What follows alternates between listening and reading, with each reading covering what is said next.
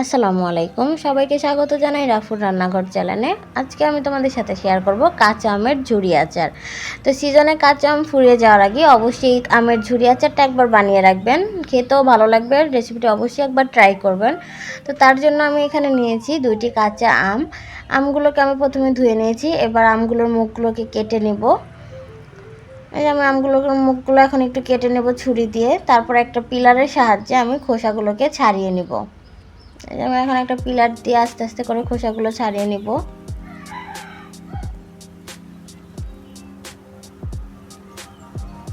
তো আমি খুব সুন্দর করে পিলারের সাহায্যে খোসা ছাড়িয়ে নেওয়া হয়ে গেলে সেম প্রসেসে আমি বাকি আমটাকেও এভাবে ছিলে নিব। যে আমার দুটো আমি খোসা ছাড়ানো শেষ। এবার আমগুলোকে আমি একটা গ্রেটারের সাহায্যে সুন্দর করে গ্রেট করে নেব। গ্রেটার যে বড় পাশটা আছে আমি ওটা দিয়ে গ্রেট করব, তাহলে আমগুলো খুব সুন্দর লম্বা লম্বাভাবে হয়ে যাবে। আমি সবগুলো আম খুব সুন্দর করে গ্রেট করে নিয়েছি, দেখতে পাচ্ছ।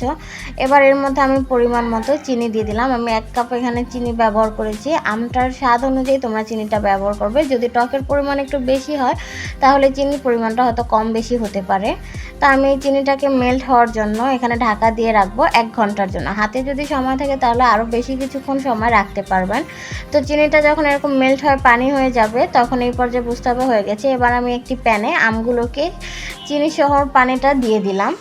এখানে আর কোনো এক্সট্রা পানি ব্যবহার করা যাবে না। চিনি থেকে যে পানিটা বের হয়েছে এটা দিয়েই আমাদের আমটাকে রান্না করে নিতে হবে, সিদ্ধ করতে হবে।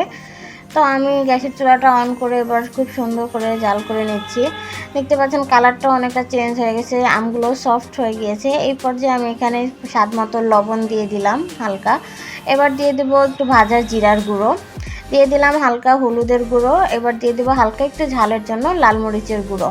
তো দিয়ে আমি সুন্দর করে এবার আমার সাথে একটু মিশিয়ে নিচ্ছি। হলুদটা একটু কম দেওয়ার চেষ্টা করবেন, তাহলে দেখতে ভালো লাগবে। আমি হালকা কালারের জন্য একটু হলুদ ব্যবহার করেছি। তো আমি এটা পানিটা শুকিয়ে আসা পর্যন্ত আমি এটাকে জাল করে নিব। এখন আমি দিয়ে দিলাম ঝালের জন্য চিলি ফ্লেক্স। এবার দিয়ে দিব 5 ফোড়ন গুঁড়ো। আমি এখানে আগে থেকে 5 ফোড়নটাকে ভেজে গুঁড়ো করে রেখেছিলাম, তো আমি সেই মশলাটাই এখন দিয়ে দিলাম।